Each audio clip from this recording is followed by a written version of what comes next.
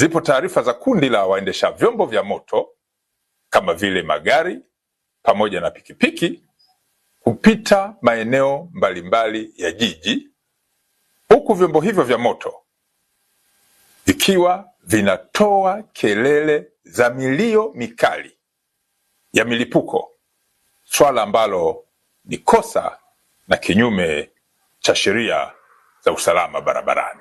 Kufuatia kero na fujo hizo, Jeshi la Polisi Kanda Maalum ya Dar es Salaam limewakamata watuhumiwa 4 ambao wamekuwa wakiendesha vyombo hivyo vya moto kwenye maeneo ya makazi ya watu katika jiji la Dar es Salaam na kusababisha kero kubwa na fujo za milipuko ya sauti ya vyombo vyao vya moto. Watuhumiwa hao 4 ambao wamekamatwa pamoja na pikipiki zao ambazo ni vyombo vya moto ni pamoja na Abdalla Masumbuko maarufu kama Makute. Huyu ni mkazi wa Tabata, lakini pia amekamatwa Julius Dismas maarufu kama Nyakamwe. Huyu ni mkazi wa Mwananyamala. Amekamatwa pia mtuhumiwa mwingine ambaye amefahamika kwa jina la Salehe Ali maarufu kama Kajemo. Huyu ni mkazi wa Kijitonyama.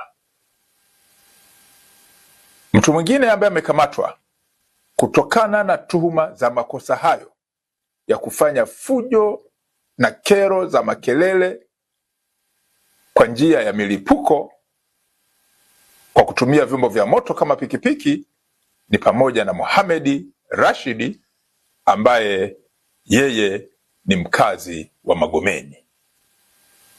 Watu hawa wamekamatwa jana, wapo mahabusu na hatua zaidi za kisheria ikiwa ni pamoja na kuwapeleka kwenye mamlaka zingine za kisheria zinaendelea kufanyika.